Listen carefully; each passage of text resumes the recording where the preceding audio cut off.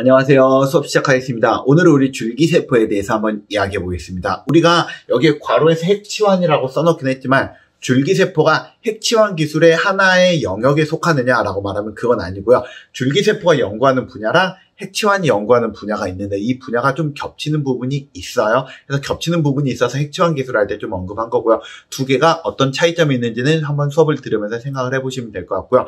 일단은 줄기세포가 어떤 의미인지부터 한번 이야기해 보겠습니다. 줄기세포란 어떤 의미냐? 우리가 여기 써있는 걸 그대로 읽어드릴게요. 인체를 구성하는 다양한 세포로 분화 가능한 능력을 지닌 미분화 상태의 세포입니다. 미분화 상태의 세포. 자, 여기에서 중요한 단어는 미분화. 여기서 분화라는 단어가 되게 중요한데요. 분화라고 말하는 게 바로 뭐냐면은 하나의 세포가 특정한 능력을 가진 세포로 바뀌는 걸 보고 우리가 분화라 불러요. 여기 인체를 구성한 다양한 세포에 지금 세포를 여러 개 써놨잖아요. 근육, 신경, 뼈, 심장, 피부, 혈액 이런 것도 다 뒤에다 세포란 말을 붙일 수가 있잖아요. 그러니까 쉽게 보면은 뒤로 넘겨라. 매번 안 넘어간다니까. 여기 보이는 이렇게 다양한 세포들도 우리가 실제로는 하나의 세포에서 이 세포들로 다들 바뀌었을 거 아니에요. 그래서 하나의 세포가 이렇게 각각의 특징을 가지고 있는 세포로 바뀌는 걸 보고 우리는 분화 능력이라 부르는데요. 이런 하나의 세포가 다양한 세포로 바뀔 수 있는 분화 능력을 가지고 있는 세포를 우리는 통칭해서 줄기세포라고 부른답니다. 그러면 이 줄기세포 연구라는 게 왜 중요하냐? 이 줄기세포를 연구를 잘만 하면 무엇을 해줄 수 있냐면은 인체에 무언가 한 가지가 망가졌을 때 그 망가진 거를 이 줄기세포를 이용해서 복구를 시켜줄 수 있다는 거지. 쉽게 생각을 해봅시다. 예를 들어서 여러분들이 자동차를 끌고 가는데 자동차가 갑자기 엔진이 멈췄어. 봤더니 엔진의 어떤 부분이 고장나서 엔진이 통째로 바꿔야 된대. 그럼 어떻게 하면 되지? 카센터에 가서 엔진을 뜯어내고 새로운 엔진을 집어넣으면 되잖아요. 근데 사람은 그게 되나요?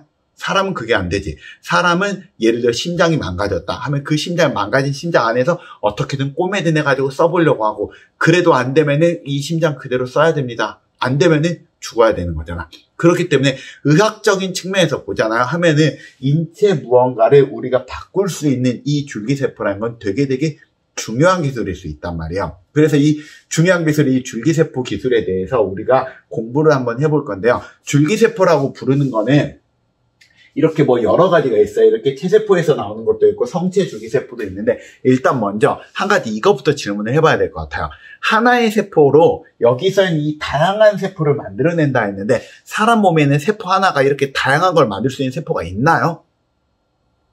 이게 된다면 쉽게 말하면 그런 거잖아요. 내 몸에 있는 세포 하나를 뜯어가지고 이 세포를 조직 배양을 하면은 다양한 게 만들어진다고 했잖아.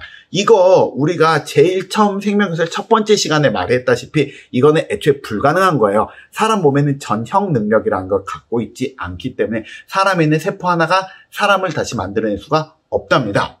대신 사람은 태어나서 죽을 때까지 전형 능력을 가질 때가 딱 한 번 있거든요. 이 한 번을 가지고 말하는 거예요. 이게 바로 언제 있느냐? 제일 처음 사람이 만들어졌을 때 바로 언제죠? 정자와 난자가 만나서 수정란이 됐을 때예요. 한번 봐봅시다. 어디 있니? 여기 있구나. 여기 이게 정자거든.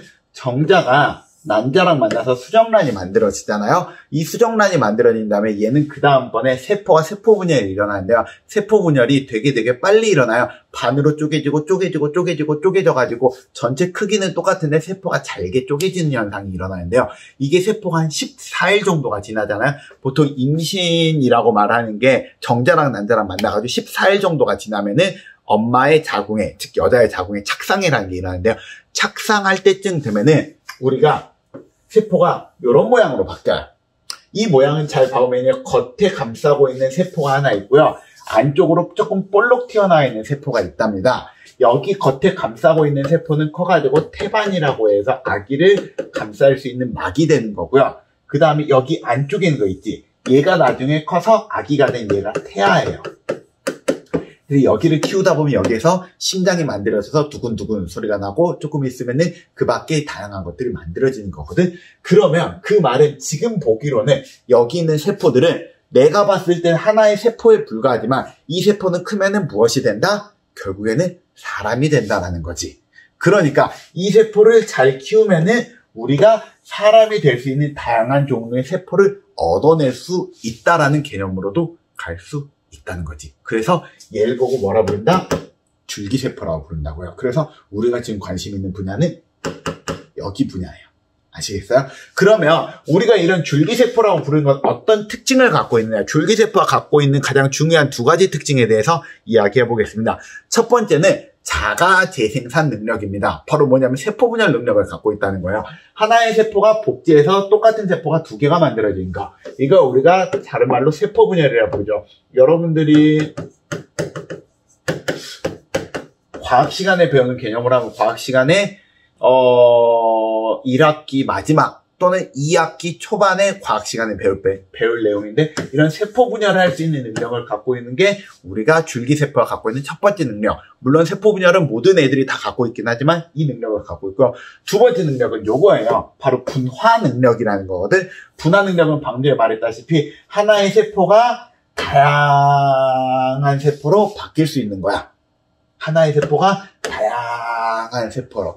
그래서 필기 한번 해보자면 자가 재생산 능력이라고 말하는 거는 자기 자신과 동일한 세포로 세포 분열이 가능한 거고, 이걸 다른 말로 세포 분열이라 부르고요. 분화 능력, 영어로 써놨지.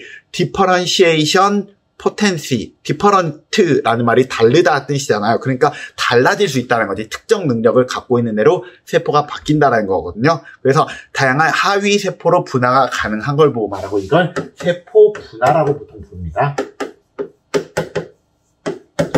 그래서 우리가 줄기세포는 갖고 있는 능력이 얘랑 얘가 있으니까 얘를 이용을 해가지고 세포가 점점 자기가 많아진 애들을 가지고 세포 분할을 해가지고 특정 능력을 가진 세포를 만드는 거야. 쉽게 말하면 내가 일단은 먼저 100명으로 바뀐다는 100명들 중에 한 명이 나한테 넌 심장, 넌 간, 넌 폐, 너는 피가 되라 라고 말하면 난 심장으로 뿅 변신하면 되는 거잖아.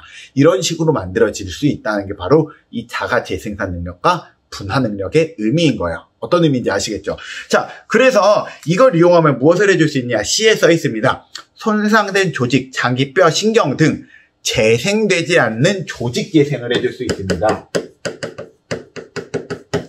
방금 전에 말한 이 네 가지 뭐였지? 손상된 조직, 장기, 뼈, 신경 등은요, 사람 몸에서 한번 망가져 버리잖아요. 재생이 안 되는 분야예요. 사람 몸에서 재생이 되는 분야는 의외로 몇 개 없어요. 예를 들어서 피부 조직은 재생이 되고요.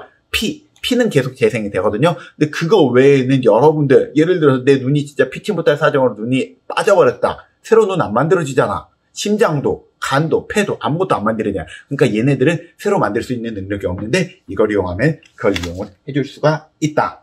그 다음, 이걸 이용을 해주면은 우리가 얘하고 이번에는 우리가 핵치환 기술이랑 어디에서 섞이는지 말해줄게요.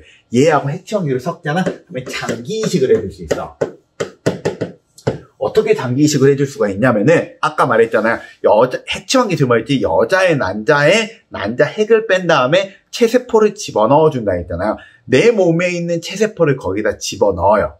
그래가지고 그 체세포를 키워가지고 그 안에 있는 이 안에 있는 이 배아줄기세포 안에 있는 줄기세포를 뜯어내는 거야. 이 줄기세포를 가지고 내 몸에 망가진 거를 우리가 거기다 넣어가지고 복구를 시켜준다는 거지. 오케이? 이걸 해줄 수 있기 때문에 우리가 장기 이식을 할 때 거부 반응이 적게 해줄 수 있어요. 왜냐면 내 몸에 있는 장기를 만들어가지고 내 몸에 넣어줄 수 있기 때문에. 그렇고 또한 이걸 이용해주면 난치병 치료에도 이용을 해줄 수 있겠지. 난치병 치료. 예를 들어서 부득이한 사정 때문에 방사능을 쏘여가지고 인체가 망가졌다. 교통사고가 나서 인체가 어디 부위가 망가졌다. 그럴 때도 대체해줄 수 있다라는 굉장히 큰 장점을 지니겠죠. 물론 여기에선 지금 윤리적인 부분에 대해서는 나중에 이야기할게요. 윤리적인 부분이 아니라 실제로 가능하면 어떤 장점이 생기느냐에 대해서만 이야기를 하고 있는 거니까 그런 식으로 수업을 들어주면 좋을 것 같습니다. 그래서 우리가 장기 이식 시 거부 반응이 좋고 난치병 치료에 무한한 가능성을 지닌 게 바로 이 줄기세포고요. 그래서 이게 굉장히 핫하다. 그런데 이런 줄기세포라고 부르는 게 종류가 한 가지가 있는 거 아니에요. 줄기세포의 종류를 크게 나누면 세 가지로 나누고요. 잘게 나누면 네 가지로 종류로 나눌 수 있거든요. 이 줄기세포의 종류를 알려드리고 각각이 어떤 다른 점이 있는지 지금부터 설명을 해드리도록 하겠습니다.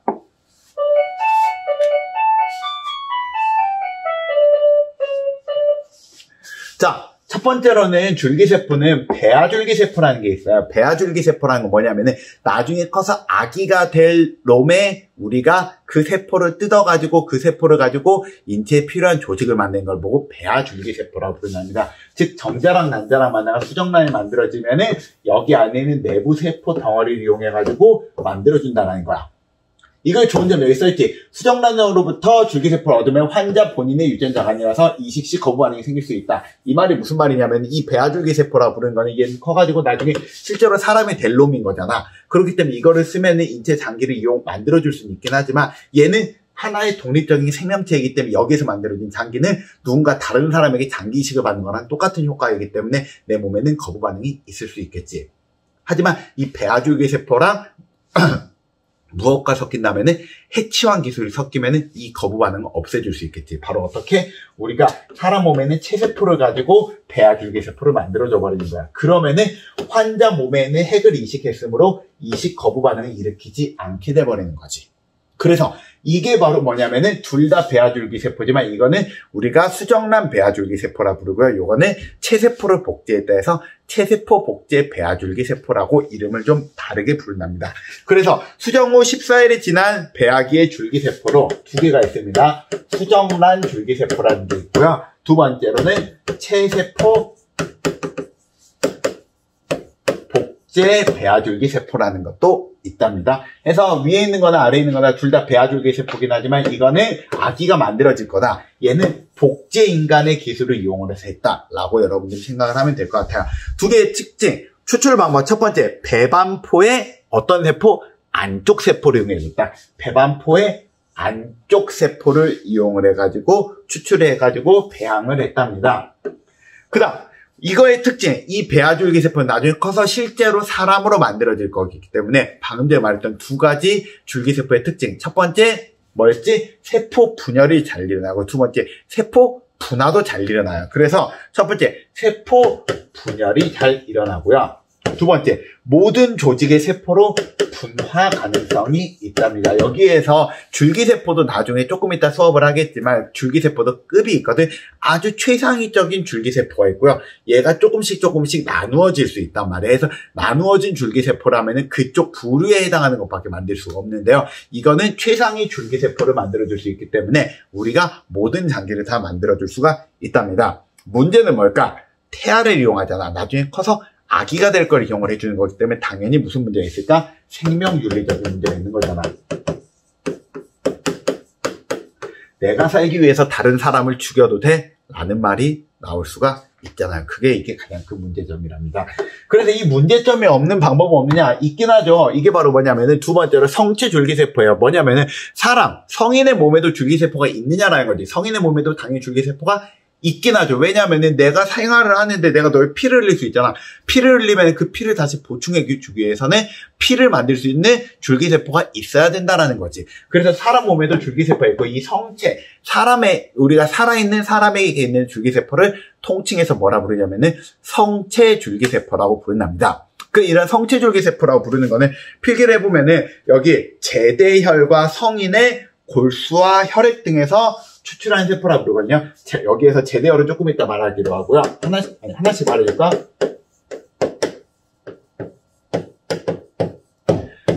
골수와 혈액, 이게 성인 거고요. 그 다음에 제대혈이라는 게 하나가 더 있거든요. 제일 첫 번째 바로 제대혈인데요. 제대혈이라고 부르는 건 뭐냐면은 사람이 태어나서 죽을 때까지 언제 피가 제일 깨끗할까요? 아마도 막 태어났을 때 아닐까요? 막 태어난 아기가, 여러분 아기 태어난 거 본 적 없죠? 나는 봤거든. 내 아이가 태어난 거 봤는데 아기가 딱 태어나자 이 배꼽에서 탯줄이 생각보다 진짜 굵어요. 여러분 새끼손가락 굵기 정도 되는 탯줄 두 개가 이렇게 꼬여 있거든. 이 꼬여 있는 탯줄 이렇게 올라가는데 그거를 보통 아빠들이 그걸 자르게 해줘요. 하면은 이 탯줄을 위에도 자르고 아래도 자르게 되는데 이 탯줄을 자르고 나잖아. 이 탯줄 사이에도 피가 들어있단 말이에요. 이 피를 우리는 제대혈이라 불러요. 이 제대혈이라는 게 굉장히 중요한데 왜냐면은 이거는 방금 전에 아기를 만든 혈액인 거잖아요. 그래서 이 안에는 줄기세포가 정말 많이 들어있고요. 아기가 방금 만들어졌기 때문에 실제로 굉장히 여러분들처럼 세상의 풍파에 찌들려가지고 더러워진 부분이 아예 없는 아주 깨끗한 피입니다. 그래서 이게 굉장히 중요한 의미를 가지고 있어요. 그래서 이런 걸 제대열이라고 부르고 필요하면은 부모님들이 이런 걸 제대열을 냉동 보관을 시키는 경우도 있고요. 기증을 하는 경우도 있답니다. 냉동 보관하면은 얼마 정도 하지? 한 30년에 몇백만 원 할걸요? 그래서 나중에도 여러분들이 피치 못할 사정으로 난치병에 걸리면은 사용할 수 있다가 나오기 때문에 이런 것도 있긴 합니다. 자, 그리고요, 사람 몸에는 보통 줄기세포가 어디 있냐면은 두 군데 보통 있어요. 하나는 이 골수라고 말하는 곳에서 혈액을 만들고요. 또 하나는 피부에 있어가지고 이 피부를 가지고 피부를 만드는데 보통 쓰는데요. 방금 전에 말했던 이 줄기세포, 우리가 배아줄기세포랑 성체줄기세포는 크나큰 차이점 하나 갖고 있어요. 바로 뭐냐면은 우리가 예를 들어 피를 만드는 줄기세포를 대표적으로 조혈모세포라 부르거든. 이 조혈모세포는 있잖아. 이게 이미 아주 높은 단계의 줄기세포에서 많이 내려온 줄기세포이기 때문에 얘는 나중에 무엇밖에 못 만드는 거냐면 피만 만들 수 있어요. 단지 피 중에서도 적혈구, 백혈구, 혈소판 이런 것들을 만들긴 되지만 이 조혈모세포가 예를 들면 간을 만든다든지 심장을 만든다든지 뼈를 만든다든지 이런 거는 불가능하다는 거야. 그래서 사람 몸에는 굉장히 많은 줄기세포가 있는 듯 하지만 실제로 대부분의 줄기세포는 뭐만 있느냐? 피를 만드는 거라 그 다음에 두 번째로 피부를 만드는 거. 그래서 뼈나 신경을 만드는 거 아주 조금 정도밖에 없기 때문에 사람 몸은 복구가 잘 안 됩니다. 자, 그래서 성체 줄기세포라 부르는 건 의미가 뭐냐? 제대열, 탯줄혈액이나 성인의 골수나 혈액 등에서 추출한 세포를 보고 말하고요. 추출한 부위랑 비슷한 형태밖에 못 만들어요. 그래서 주로 만들 수 있는 게 뼈, 간, 피부, 혈액 거의 이 정도에서 끝나고 대부분이 혈액이 90%는 좀 오반가? 한 80%에서 90% 사이 정도 된답니다. 얘네들의 또 특징. 첫 번째, 세포 분열이 잘 안 돼요. 세포 분열이 잘 안 되고, 세포 분화가 잘 돼요. 세포 분열이 안 되고 세포 분화가 잘 되면 어떤 일이 일어나는 줄 알아요? 세포 분열이 많이 일어나야지 한 개가 여러 개가 되는 거잖아요. 여러 개가 된 다음에 이 여러 개가 된 것들이 우리가 특정하게 원하는 걸로 바뀌어져야 되는데 얘가 세포 분열이 잘 안 되기 때문에 예를 들어서 한 개가 100개만큼 늘어가지고 피를 만들어주면 100개의 피가 만들어지는데 한 개가 한 3개 정도까지만 만들어진 다음에 피를 만들면 3개의 피밖에 안 만들어지는 거잖아. 그래서 생각보다 이걸 가지고 무언가 이용을 해줄 때는 아직 제약사항이 많이 있습니다. 그래서 분열이 어렵고 쉽게 분화되면 문제는 인체에 어느 정도만 갖고 있다? 극소량만 갖고 있습니다. 매우 양이 적습니다. 그래서 분리추출하기도 어렵고요. 대부분이 뭐다? 조혈모세포, 피를 만드는 게 많고 간엽줄기세포라고 해서 뼈, 신경, 근육을 만드는 거나 신경줄기세포라고 해서 뇌나 신경을 만드는 거 아주 조금밖에 없습니다. 근데 이거는 대신 좋은 점이 있지. 바로 뭐지? 환자로부터 직접 추출할 수가 있기 때문에 생명윤리적인 문제가 적겠죠. 그런데 여러분들 여기에 대해서 조금 이해하셨어요? 여러분 무슨 줄기세포 화장품 그런 거 본 적이 있으신가요? 줄기세포 화장품 막 이야기 들으면 이게 굉장히 어마어마한 기술인 것 같고 이걸 가지고 하면 인체가 막 다 살아날 것 같은데 실제로 여기까지만 한번 봐보세요. 여러분 주변에서 줄기세포 이용해 줄 수 있는 건 딱 두 가지밖에 없다고. 뭐랑 배아줄기세포 아니면 성체줄기세포예요. 근데 배아줄기세포 하면 생명윤리적인 문제가 걸리기 때문에 배아줄기세포는 현재 여러분들이 생각했던 것보다 여러 가지로 발전의 제약사항이 많고요. 성체줄기세포는 커가지고 뭐만 만들어지지? 거의 다 피밖에 안 만들어진단 말이야. 그런데 이걸 가지고 여러분들 인체 피부가 굉장히 많이 좋아질 거다 생각하면서 피부에 바른 거 과연 의미가 있을까? 약을 먹는 의미가 있을까? 잘 생각을 해야 된답니다. 그게 진짜로 기술이 많이 발전해서 그런 것들이 실제로 약으로 나올 수 있지만 실제로 대부분의 화장품들은 내가 화장품 전문가는 아니지만 별로 소용이 없는 걸로 알아요. 거의 다 그냥 광고인 걸로 알고 있고요. 실제로 인체에 효능이 있으면 그 화장품이 아닌지 의약품이지. 그렇겠죠? 자, 그럼 이렇게 두 가지밖에 없는데 또 다른 게 도대체 뭐가 있느냐? 그 다음에는 일본에서 어떤 사람이 있거든. 일본에 있는 어떤 사람이 줄기세포를 만든 것 때문에 노벨상을 받은 적이 있는데요. 이게 바로 뭐냐면은 유도 만능 줄기세포라 부르는 게 있거든요. 이게 뭐냐면 사람 몸에 원래 있는 이 체세포 있잖아.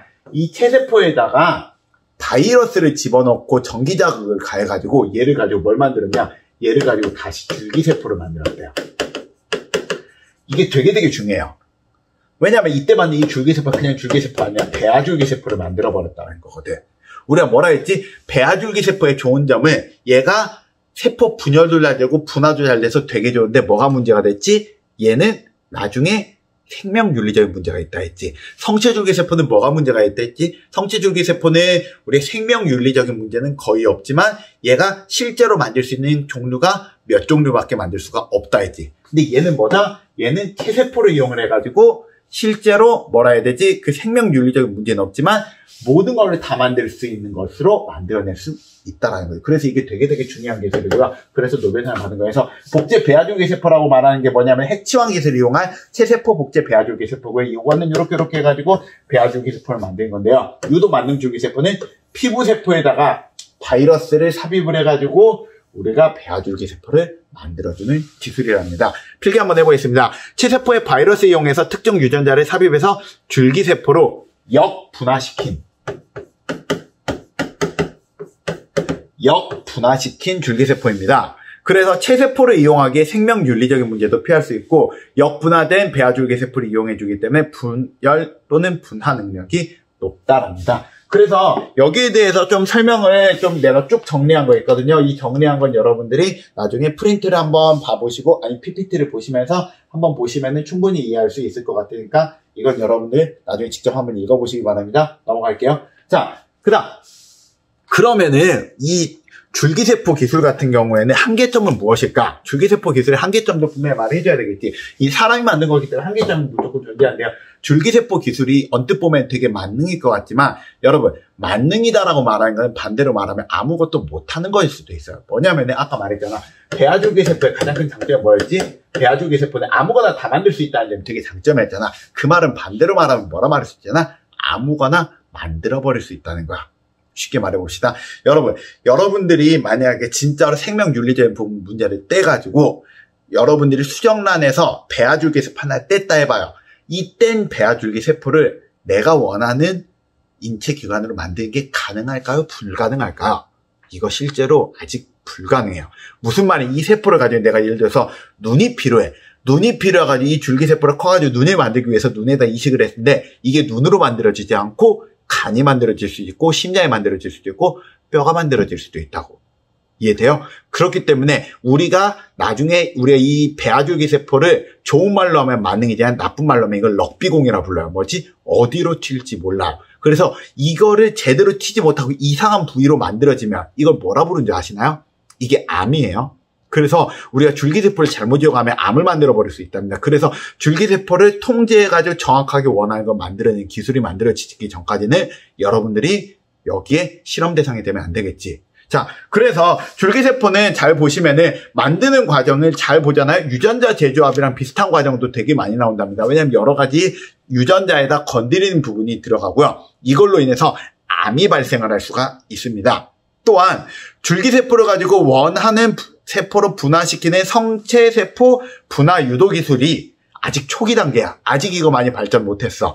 그래서 줄기세포가 어떻게 될 수 있느냐? 원치 않은